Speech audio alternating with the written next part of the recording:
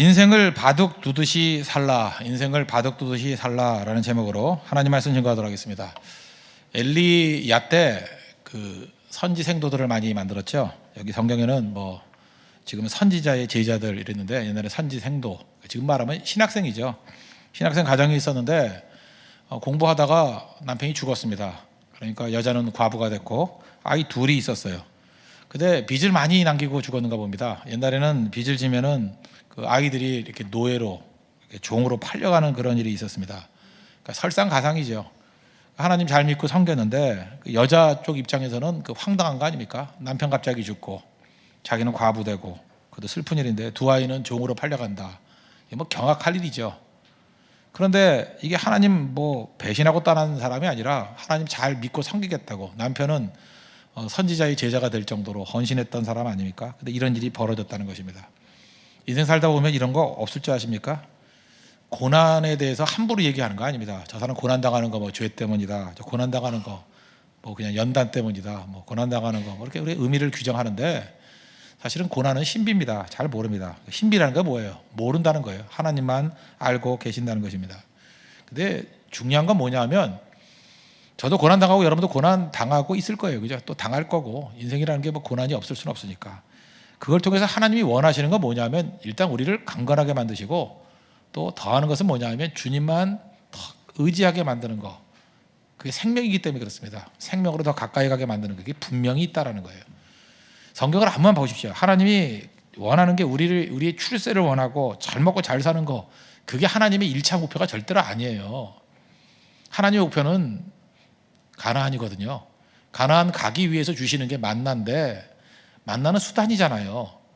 만나 먹고 가도 되고, 사실은 만나를 조금 주시면 밥 먹고 가도 되고, 뭐 좀 극단으로 얘기해서 하나님이 만나를 안 주시면 굶고라도 가야죠. 그러니까 만나는 많으면 뭐 필요 없는 거고, 적당하면 제일 좋은데 부족하더라도 굶고라도 전진하면 되는 거예요. 반면에 만나를 목표로 삼으면 만나만 많이 모아놓고 만나 자랑할 수 있죠. 만나가 너무 많아가지고 전진할 수 없는 거. 하나님이 그렇게 못하게 하려고 만나 그 다음날 되면 다 썩게 만드셨잖아요. 없어지게. 마찬가지로 인생에서 우리가 지금 만나를 추구하는 인생이 너무 많다는 것입니다. 자랑해요. 만나가 많다고.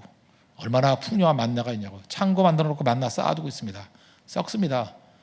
인생에서 너무 많은 거 구하지 마십시오. 왜냐하면 전진하는데 필요할 만큼만 있으면 돼요. 너무 집 많으면 힘들잖아요.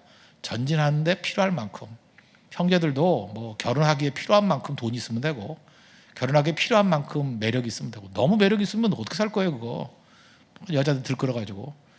뭐 현실성이 없는 얘기지만, 그죠? 뭐 그럴 거 아닙니까?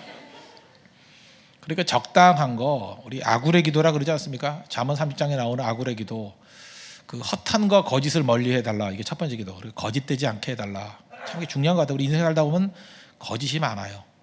거짓되지 않은 인생 되게 해주십시오. 거짓되면요 인생이 피곤해져요. 거짓말만큼 피곤한 게 없잖아요. 거짓된 인생이 누적이 되면 피곤해진다고. 죄가 우리를 피곤하게 만들어요. 죄보다 피곤한 게 없거든요. 거짓된 인생. 또 하나가 뭐냐면 부하게도 마옵시고 가난하게도 말게 해달라고. 너무 부자가 돼가지고 하나님 없다 그럴까 봐, 너무 가난해서 도둑질 할까 봐. 참 이 세상에 이거보다 아름다운 기도가 어디 있습니까? 그죠? 그가 구하는 거 딱이에요. 하나님 진실되게 해주세요. 그 다음에 적정하게만 채워주세요. 그래서 하나님만 철저히 의지하게 해주세요. 그게 기도라는 것입니다. 아굴의 기도는 이건 굉장히 수준 높은 기도입니다. 이건 뭔가 아는 사람의 기도예요. 우리 기도도 그 정도까지 갔으면 좋겠다고 생각을 합니다. 어쨌든 우리 삶 가운데 사실 우리가 이게 컨트롤할 수 있는 게 있고 컨트롤 못하는 게 있거든요. 저희서 우생마사 그런 얘기 했잖아요. 홍수가 나가지고 막 가면은 소는 사는데 말은 죽는다. 이것이 무슨 뭐 고사성어인 줄 알고 어떤 사람은 쓰는데 만든 말이에요. 만든 말. 예, 그래서 우생마사는 거 제가 만든 말인데, 소는 살고, 소는 어떻게 하면 물결에 자기 몸을 맡겨버려요. 그러니까 두둥실 떠내려가다가 지붕 같은 데 위에 있으면 그냥 머물렀다가 물 빠질 때까지 기다리잖아요. 그러면 또 주인이 와서 내려주고 그럼 사는 건데, 말은 힘이 너무 세요. 그래서 자기 힘으로 역류해 가려고 그러다가 지쳐서 오히려 죽는다는 거예요. 인생에서 많은 부분들은 내가 이렇게 힘으로 이겨나가야 될 부분보다는 대응해야 될 내용들이 더 많습니다. 대응하면 돼요. 그냥 물결 따라 이렇게 대응. 어떤 환경이 오면 그냥 그때그때 대응하면 되는 겁니다. 믿음으로 잘 대응하면 된다는 거예요. 고난의 문제는 이길 문제예요. 이겨야 될 문제가 아닐 때가 많습니다. 고난도 그냥 대응하면 됩니다. 고난이 오잖아요. 오면 그냥 믿음으로 반응하세요. 반응하다 보면 그렇게 오래 끄는 거 아닙니다. 하나님께서 그걸 통해서 유익한 부분 다 이루시면 떠나가는 게 고난이라는 거예요. 그래서 우리가 고난이 닥쳐올 때 우리 행동 어떻게 해야 될 것인가 몇 가지 정리하게 돼. 첫째는 오늘 제목과 마찬가지입니다. 바둑 두듯이 살라는 거예요. 그래서 이게 무슨 얘기냐? 진지하게 대응하라는 것입니다. 진지하게 대응하라. 우생마사. 대응하는 게 중요하다는 것입니다. 어떤 사람은 문제가 생겼을 때 문제를 잘 풀어나가는 사람이 있는 반면에 어떤 사람은 문제만 오면 어려움의 늪에 빠지는 사람이 있습니다. 그 대응을 잘 못했기 때문에 그래요. 여러분들 웬만하면 지금 뭐 나이가 좀 더 어렸다 그러면 여러분들 제가 바둑을 좀 배우라 그렇게 말하고 싶습니다. 왜냐하면 옛날 우리 선조들은요 자녀들에게 바둑을 가르쳤습니다. 왜냐? 바둑을 두면서 인생을 깊이 배우기 때문에 그렇습니다. 바둑 두다 보면은 불리할 때도 있고 또 어떤 때는 끝장났구나 이럴 때도 있어요. 진짜 그래요. 그래서 돌을 집어던지고 싶을 때가 있습니다. 그런데 바둑을 계속해서 두다 보면요 불리할 때 이제 끝장내고 싶다 그럴 때 조금 정신을 차리고 다시 한번 집중해서 두다가 역전승하는 경우가 굉장히 많이 있습니다. 지금 뭐 바둑 잘 안 두지만 이창호 같은 사람은요 그 별명이 돌부처예요. 왜냐하면 끝내기의 승리 대단했거든요. 다 진 줄 알았는데 끝까지 포기하지 않고 가다가 마지막 순간에 뭐 반집으로 이기고 어떤 사람은 다 이긴 줄 알고 르르랄라 하다가 져가지고 막 얼굴이 새파랗게 질린 사람도 많이 있어요. 그죠? 그럴 때가 많이 있다라는 거예요. 무슨 얘기입니까? 바둑 두듯이 한 점 한 점 신중하게 둘 줄 알아야 된다는 거예요. 특별히 중국 한번 가보십시오. 중국 사회에 가보면요 상류 사회 사람치고 바둑 두지 못하는 사람은 한 명도 없고요. 바둑을 못 둔다 그건 내가 볼 때 교양 없는 사람이에요. 중국에서는. 그리고 자녀들에게 상류층에 있는 사람들은 100%예요. 거의 바둑을 다 가르칩니다. 그 이유가 뭔가 했더니 중국에서 그 전설적인 그 훌륭한 왕이 있죠. 요순 시대. 그 요 임금이 아들이 단주거든요. 단주에게 바둑 가르쳤다 이렇게 기록이 있어요. 수훈 임금이 아들이 상균이거든요. 상균이한테 바둑 가르쳤어요. 그래서 단주도 바둑 뒀다, 상균이도 바둑 뒀다. 그래서 요순 시대 그러면 자녀들에게 바둑 가르치는 시대예요. 왜냐? 바둑을 통해서 인생의 진지함을 배워야 된다는 것입니다. 무슨 얘기예요? 버리는 것 같이 보이지만 버리는 돌이 오히려 살리는 돌이 될 수 있고 의미가 없다 그러는 돌이 의미를 부여하면 의미로 살아난다는 거예요. 제가 볼 때 성경에서 바둑 두지 살라 이 말씀과 제일 유사한 말씀은 로마서 8장 28절의 말씀입니다. 우리가 알거니와 하나님을 사랑하는 자 곧 그의 뜻대로 부르심을 입은 자들에게는 모든 것이 합력하여 선을 이루느니라. 버릴 게 없다는 거예요. 신중하게 대응하다 보면 하나님께 내 삶 가운데 고난같이 보이고 아픔같이 보이고 넘어질 것 같이 보였던 모든 것들이 다 살아난다는 것입니다. 오늘 지금 우리 인생을 돌이켜볼 때 너무 힘들다 그러는 거 있죠. 그게 사실은 지나놓고 보면 재산이 될 수 있습니다. 그 돌이 변화가 되면요 정말로 중요한 돌이 될 수 있다는 거예요. 뭐 예를 한번 든다 그러면 병 좋아하는 사람 없잖아요. 병 나는 거 좋아할 사람이 누가 있습니까? 그런데 하나님의 은혜 안에 지나놓고 보면요 병도 은혜예요. 병 나는 것도 은혜고 병 드는 것도 은혜예요. 왜냐? 고난을 말씀으로 받으면요 모든 게 다 유익해진다니까요. 고난을 다 말씀으로 받는 거예요. 그래 이것도 하나님이 주신 뜻이 있지. 이것 때문에 내가 살지. 그러면 다 살아나게 된다는 것입니다. 그래서 하나님 앞에 크게 쓰임받는 사람 치고 질병 없는 사람 별로 없잖아요. 제가 여러 차례 말씀드렸죠. 우리나라의 유명한 목사님들 보면 대부분 다 폐병 환자들이에요. 그게 참 묘하죠. 한경진 목사님도 폐병 맨날 죽는다 그러고 뭐 그다음에 뭐 김사원 목사님도 뭐 폐병이라 그러고 지금 건강한 것 같이 보이는데 뭐 조용기 목사님도 폐병이라 그러고 제가 이렇게 무능한 이유가 폐병이 없어서 그런 것 같아요. 그죠? 이 폐병들이 다 있어요. 폐병들이 그 숨도 잘 못 쉬고 기침하고 그러는 거 아니에요. 근데 그 왜 그럴까요? 그때 그 마지막까지 가가지고 하나님 의지하고 찾는 거겠죠. 약할 때 오히려 강해질 수 있는 것이 하나님 백성들의 모습이라는 것입니다. 그래서 여러분의 그 가장 밑바닥에 놓여 있을 때 어떤 때는 다 포기하고 싶을 때 그때 진지하게 바둑 두듯이 한 점 한 점 두십시오. 바둑에서는 한 점이 중요한 거예요. 그거 버리지 않고 놔두면 나중에 다 그것 때문에 전체가 살게 되고요. 그것 때문에 대마가 살게 되고 그것 때문에 모든 것들이 생명의 길로 이끌게 되는 계기가 될 수 있다는 것입니다.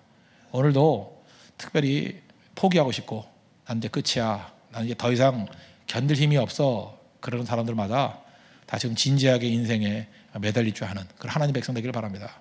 새롭게 출발하기 위해서 필요한 게 뭐냐? 예배입니다. 우리 아무것도 할 게 없거든요. 답이었거든요. 그때는 예배의 자리로 나와서 모든 문제는 예배로부터 푸는 거다. 실마리는 예배에 있습니다. 예배 은혜를 누리고 예배 장소를 지키고 새벽을 지키고 할 때 하나님께서 우리에게 다시금 새 마음을 주시고 이길 수 있는 길로 이끌어 주신다는 것입니다. 두 번째는 진지하게 우리 바둑듯이 살아야 되고, 두 번째는 하나님 앞에 내 문제를 아뢰야 된다는 것입니다. 진지해졌죠? 이제 주님 앞에 나와서 문제를 아뢰는 기도가 필요하다는 것입니다. 여기 보니까 남편이 죽고 두 아이가 종으로 팔려갈 상황에 놓이게 되었습니다. 이 정도면은 죽고 싶겠죠. 우리 삶이 옛날보다 뭐 더 어려워진 건 아닌 것 같은데 삶이 복잡해졌습니다. 우리가 이렇게 다뤄야 될 일들이 되게 많아서, 옛날 같으면은 뭐 공부도 안 했잖아요. 그러니까 할 일이 뭐예요? 아침에 깨가지고 그냥 일하다가, 남자들 같으면 머슴들이니까 뭐 일하다가 도끼질 하다가 뭐 나무 해오다가 자면 되잖아요. 여자분들은 뭐 배운 것도 하나도 없었잖아요. 옛날에 안 가르쳤으니까 그냥 밥하다가 설거지하다가 빨래하다가 자면 되잖아요. 생각보다 단순했다고요. 근데 지금 그렇지 않잖아요. 그런 의식주 다 생활해야 되고 직장 생활해야 되고 인간관계가 뭐 한둘이 아니지 않습니까? 지금 여러분 접해야 될 일이 얼마나 많아요. 그러다 보면 그게 문제가 없을 리가 없잖아요. 한 가지 한 가지가 다 우리가 고민으로 다가온다는 것입니다. 그런 게 한 세 가지 네 가지 되면은 정신이 약해져요. 정신줄을 놓고 싶어질 때가 있다고. 그때 느끼는 감정이 뭐냐 하면 죽고 싶다, 이런 생각이 든다는 것입니다. 지금 이 여자분 보십시오. 남편 죽었어요. 당시엔 남자가 뭐 생명 같은 존재 아니었어요. 아이 둘이 종으로 팔려가요. 종으로, 노예로 팔려가는 겁니다. 멀쩡한 아이들이. 지금 멀쩡한 아이가 병만 들어도 우리가 뭐 다 무너지는 것 같이 보이는데 종으로 팔려간다 그러면 진짜 죽고 싶은 거 아니에요?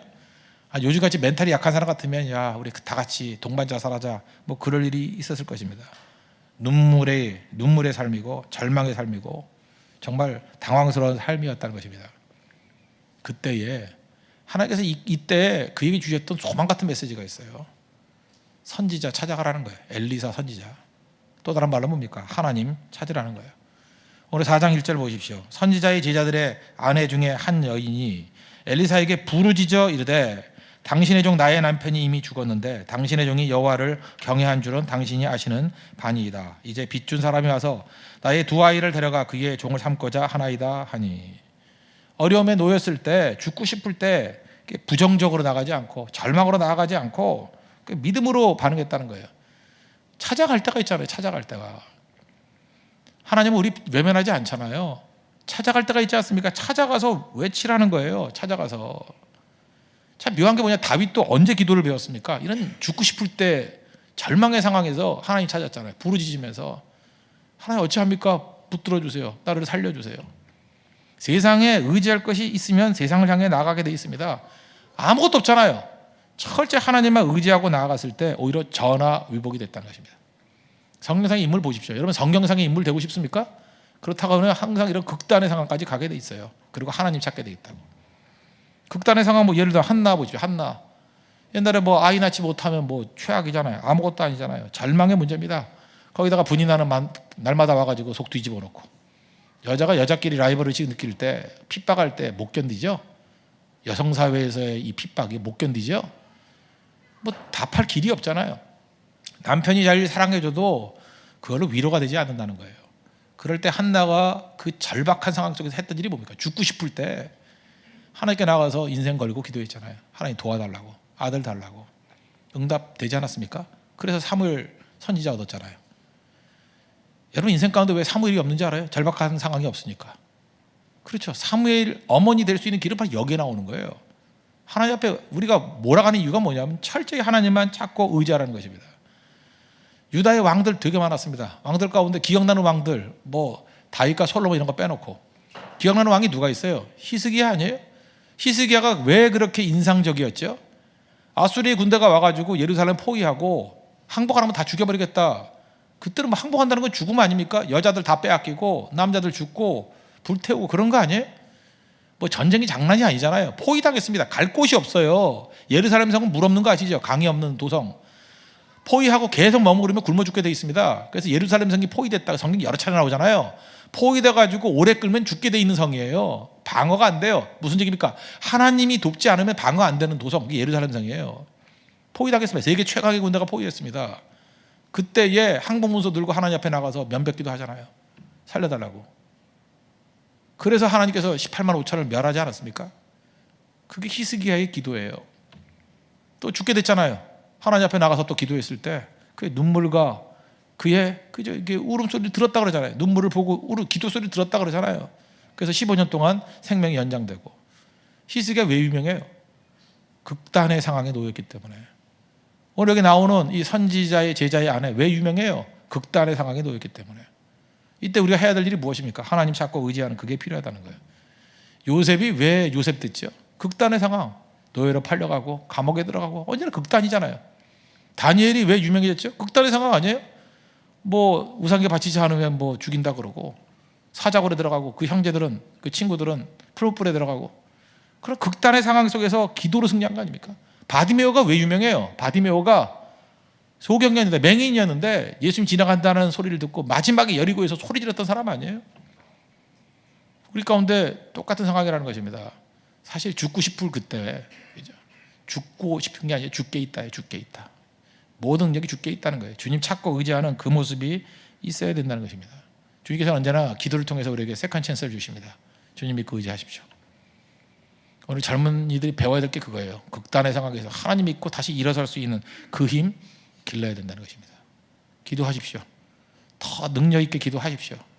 그래서 잡초와 같이 일어서는 그 능력을 보게 된다 그러면 여러분이 다윗입니다. 여러분이 한나입니다. 여러분이 요셉입니다. 일어설 수 있다는 거예요. 진지하게 푸십시오. 그리고 문제를 가지고 하나님 앞에 나가서 부르짖으십시오. 젊었을 때 꼭 해야 될 일이에요. 그리고 세 번째 단계는 그릇 빌려오는 겁니다. 그릇이 뭐예요? 기대죠, 기대. 없는 거 찾지 말고 2절에 보니까 너 있는 게 뭐냐 그랬더니 기름 한 병 있대요. 있는 것부터 풀어야 돼요. 있는 거, 할 수 있는 거. 우리 기도할 수 있잖아요. 기도할 수 있는데 왜 염려하십니까? 기도하면서 왜 걱정하십니까? 그러잖아요. 할 수 있는 거. 우리 가능성들 가지고 시작해야 된다는 것입니다. 3절 보니까 이르되 너는 밖에 나가서 모든 이웃에게 그릇을 빌리라. 빈 그릇을 빌리되 조금 빌리지 말고 너는 내 두 아들과 함께 들어가서 문을 닫고 그 모든 그릇에 기름을 부어서 차는 대로 옮겨 놓으라 하니라. 많이 빌리라. 그릇이라는 게 뭡니까? 오늘 제가 그 분류에 써놨죠. 그릇 이꼴 기대라고. 그릇은 비어 있습니다. 비어 있다는 건 뭐예요? 뭐가 채워지는 거죠. 그릇이라는 건 기대예요, 기대. 그릇을 빌리라 무슨 얘기입니까? 우리에게 많은 기대를 하라는 거예요, 기대. 하나님 앞에서 이 절망의 상황에서 절망이란 건 뭐예요? 아무 기대도 없는 거 아니에요. 그때 다시금 하나님 바라보면서 기대하기 시작하라는 거예요. 비전을 품기 시작하라는 거예요. 왜 많은 사람들이 예배 시간에 은혜를 받지 못합니까? 예배에 대한 기대가 없기 때문에 그래요. 예배는 하나님 만나주시는 시간입니다. 우리 영혼이 소생되는 시간이에요. 새 힘 얻는 시간이에요.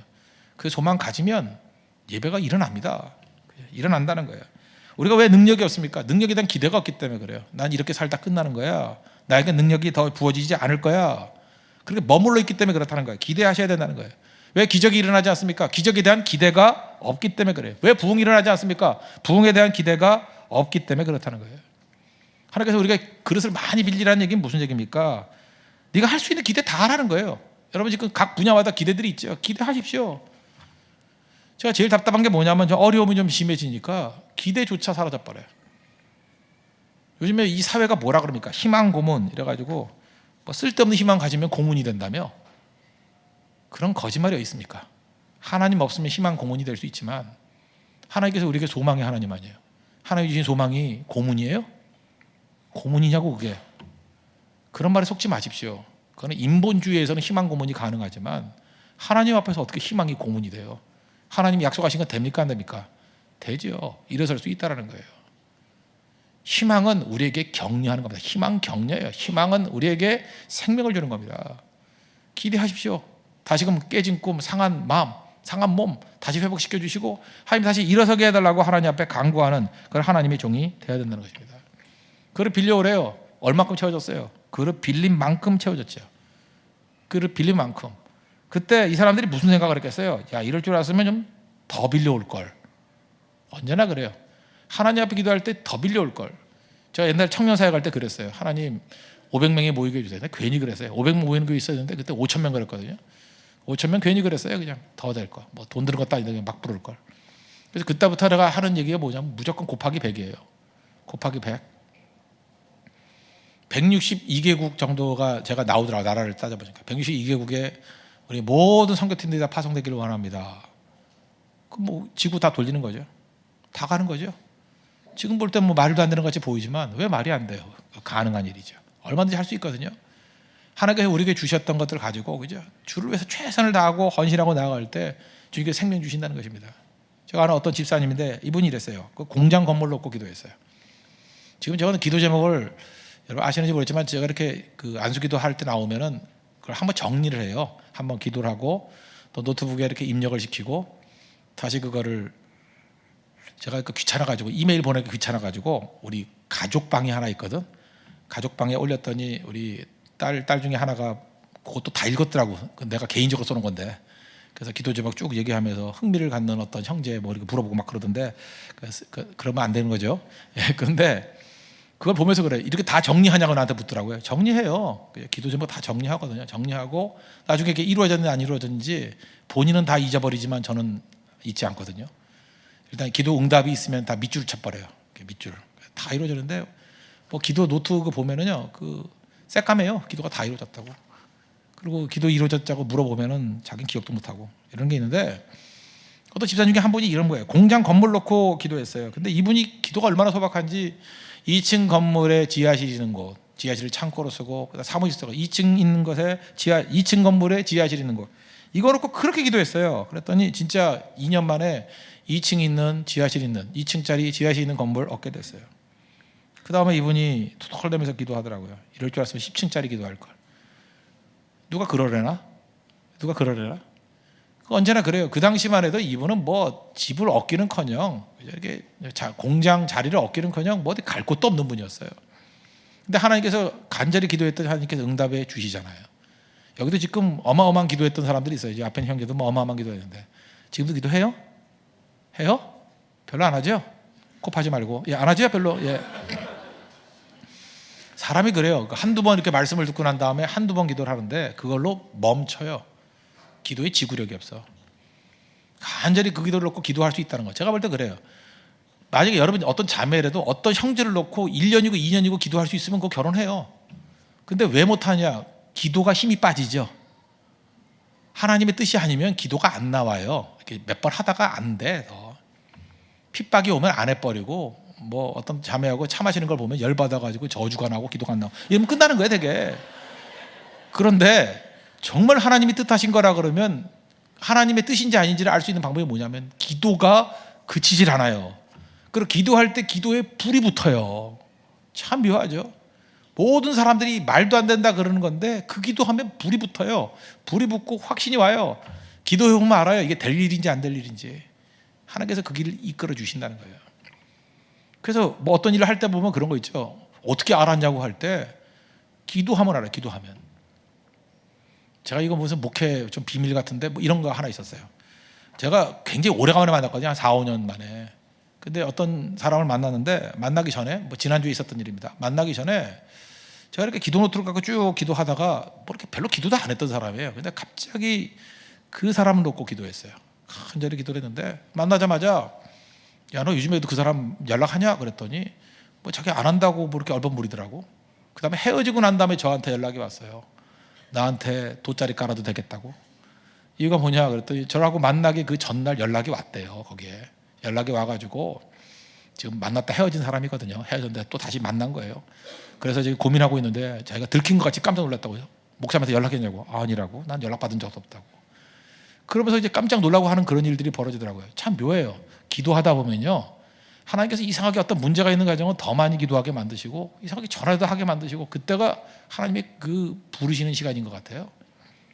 그래서 여러분 결국 세상 사람들이 있는 모든 일들을 알고 싶으면 하나님과 동역하고 싶으면 기도해 보십시오. 기도를 이렇게 유도해 주셔요. 주님이 기도를 쭉 유도해 주시고 그 다음에 뭐 여러분 배우자를 찾겠다 그러면 우리 교회 있는 형제 자매들 이렇게 놓고 쭉 기도해봐요. 쭉 기도를 하면 뭐 별 마음에 안 들었는데 갑자기 기도에 막 불이 붙기 시작하면서 뭐 하나님 뭐 빅벨트에게 은혜를 주시고 막 이렇게 나올 수 있거든요. 예. 그러면서 이제 되는 경우도 있고 그래요. 그러니까 중요한 게 기도해보면 알아요. 기도해보면. 제가 어떤 선교지도 마찬가지였어요. 어디 선교를 가고 싶은데 그렇게 기도를 많이 했어요. 기도를 많이 하는데 잠깐만 기도가 꺾이는 거예요. 꺾이는 거. 그날을 놓고 기도를 하는데 이상하게 기도가 꺾여요. 꺾이고 거긴 안 되고 잠깐만 딴 나라 기도하게 만들고. 근데 지나놓고 보니까 그게 하나님의 인도하심이었어요. 그 타이밍에 갔으면 어려웠거든요. 그 타이밍에 갔으면 어려웠는데 그걸 슬쩍 바꾸셔가지고 오히려 순서를 바꿔놓으니까 더 유익하고 더 필요한 곳에, 요긴한 곳에 먼저 가게 만드시더라고. 그래서 기도가 꼭 필요하다는 것입니다. 기도는 기대예요. 기대. 하나님의 많은 기도 제목을 놓고 기대하십시오. 풍성히 기대하면 하나님께서 넘치도록 채워주신다는 것입니다. 그래서 오늘 6절 보세요. 그릇에 다 찬지라. 빌려온 그릇에 다 찼죠. 그때 무슨 생각했겠어요? 더 빌려올 걸. 우리는요 너무 조그만 은혜에 만족하는 경향이 있어요. 더 풍성해지십시오. 제가 어저께 읽었던 글인데 참 마음이 아프더라고. 어떤 가난하게 살았던 애들이에요. 가난하게 살았던, 너무너무 가난하게 살았던 어떤 목사님이 걔네들 데리고 이렇게 좀 도와주시는 분이에요. 도와주시는 분인데 뭐 빈민 사역 같은 거겠죠. 근데 그 아이들 데리고 그 어떤 모지역에 있는 아이들이에요. 아이들 데리고 바닷가를 갔는가 봐요. 뭐 안면도쯤 갔는가 봐요. 거기 가가지고 애들한테 바다를 보여주고, 바다 처음 본 애들이에요. 바다를 보여주고, 거기 뭐 옆에 뭐 백사장 같은 데가 있지 않습니까? 모래는 별로 없지만. 거기 가더니 애들이 놀라더라는 거예요. 놀라더라는 거. 그러면서 아이들이 그 얘기를 하더라는 거예요. 자기가 성경을 읽으면서 측량할 수 없는 이런 표현이 뭔지 몰랐대요. 측량할 수 없는 은혜, 측량할 수 없는 사랑. 바닷물을 보니까 측량할 수 없는 하나님의 사랑이 느껴지더라. 그 얘기를 하더라는 거예요. 하도 가난하게 사니까 뭐든지 부족했다는 거예요. 넉넉한 게 없었어요. 항상 부족한 거예요. 먹을 것도 부족하고 입을 옷도 부족하고 모든 게 부족했대요. 근데 그 아이들 바다 한번 보고 난 다음에 바닷물을 보고, 물이 한이 없잖아요. 측량할 수 없는 하나님의 사랑과 은혜를 맛보게 되었다. 그래서 애들이 바다 보고 은혜 받았대. 바다 보고, 바다 바라보고 그죠? 힘이 생기고. 여기는 뭐 부산에 살아도 믿음 없는 애들 있잖아요. 그죠? 근데 얘네들은 바다 한번 딱 보고 믿음이 생겨가지고, 그렇잖아요. 부산에 살면서도 믿음 없어가지고 뭐 맨날 부인하고 죽겠다 이러고 그냥 그러는데, 바다 딱 한번 보고 이렇게 많은 물, 이게 측량할 수 없는 물 아니냐고. 그 다음부터 얘네들이 기도가 바뀌어 버리더래요. 맨날 기도하는 게 바다보다 더 큰 사랑. 애들이 뭐 기도할 때 그러대요. 야, 바다보다 더 큰 능력을 주십시오. 바다보다 바다 같은 인생이 돼버렸어요. 그 다음부터 그들의 기도가 10배가 아니라 100배, 뭐 어마어마한 능력으로 변화가 되더라는 거예요. 그죠? 물이 바다 덮음같이, 물이 바다 덮음같이 하나님의 풍성함이 있다는 것입니다. 여러분, 조그만 은혜, 조그만 봉사, 조그만 헌신에 만족하지 말고 하나님 주신 것들 가지고 풍성히 쓰임받는 하나님의 종들 되기를 바랍니다. 오늘 이 선지자 제자의 아내, 이걸 통해서 우리에게 주시는 말씀이 뭐냐? 절박한 상황에 놓일 수 있고 좌절할 수 있고 힘이 다 빠질 수 있죠. 지금 뭐 사는 게 쉽지 않지 않습니까? 그리고 고난은 항상 옵니다. 20대에도 오고 30대에도 오고, 어떤 때는 죽고 싶을 상황까지 놓일 때가 있다는 거예요. 근데 포기하지 말고 진지하게 대응하십시오. 진지하게, 포기하지 말고 진지하게 대응해요. 진지하게 대응하는 게 뭐예요? 예배부터 푸십시오. 그리고 두 번째, 하나님 앞에 아뢰십시오. 문제가 오히려 우리를 하여금 성경적인 인물로 만드는 힘이 있어요. 그때 제대로 된 기도가 있으면 일어서게 됩니다. 그리고 세 번째, 그릇 회복하십시오. 그릇 빌리십시오. 하나님께 주신 희망과 기대 회복하십시오. 여러분이 기도하고 바라는 것에 무조건 곱하기 100 정도 하십시오. 그리고 구하면 바닷물보다 더 크신 하나님의 사랑이 여러분 가운데, 하나님의 은혜가 여러분 가운데 넘쳐나는 우리 승리를 맛보게 될 것입니다. 그런 승리를 맛보는 믿음의 종 되기를 축원합니다. 모두 자리에 일어나겠습니다. 주 품에 품으소서 찬양하겠습니다.